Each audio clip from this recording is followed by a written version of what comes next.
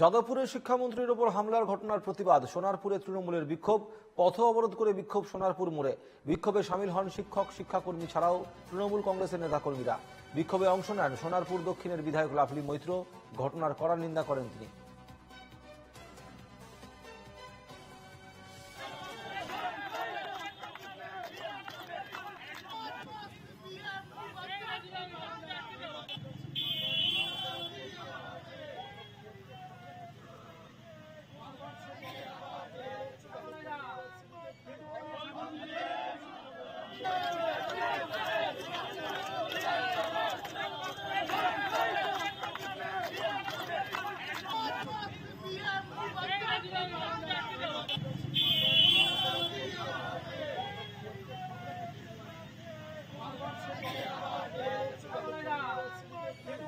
উজ্জ্বল সরকার আমাদের প্রতিনিধি রয়েছেন টেলিফোনে এই মুহূর্তে আমাদের সঙ্গে।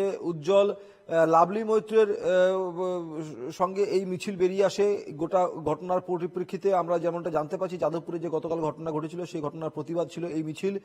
লাভলি মৈত্রের তরফ থেকে কোনো কিছু প্রতিক্রিয়া পাওয়া গেছে? দেখো, লাভলি মৈত্র কালকেই পত্রিকা জানিয়েছিল যে যেহেতু শিক্ষামন্ত্রীর উপর যে বর্বরতা যেভাবে হয়েছে তার তীব্র নিন্দা করেছে এবং এই ঘটনায় কিন্তু তারা কিন্তু ক্ষোভ উগরে দিয়েছে এবং কালকে কিন্তু সোনারপুরে তারা অবরোধ করে এবং পাশাপাশি তারা কিন্তু জানায় যে এই যে বর্বরতা এইভাবে কিন্তু আমরা মেনে নেব না, এর জন্য আমাদের আন্দোলন চলবে।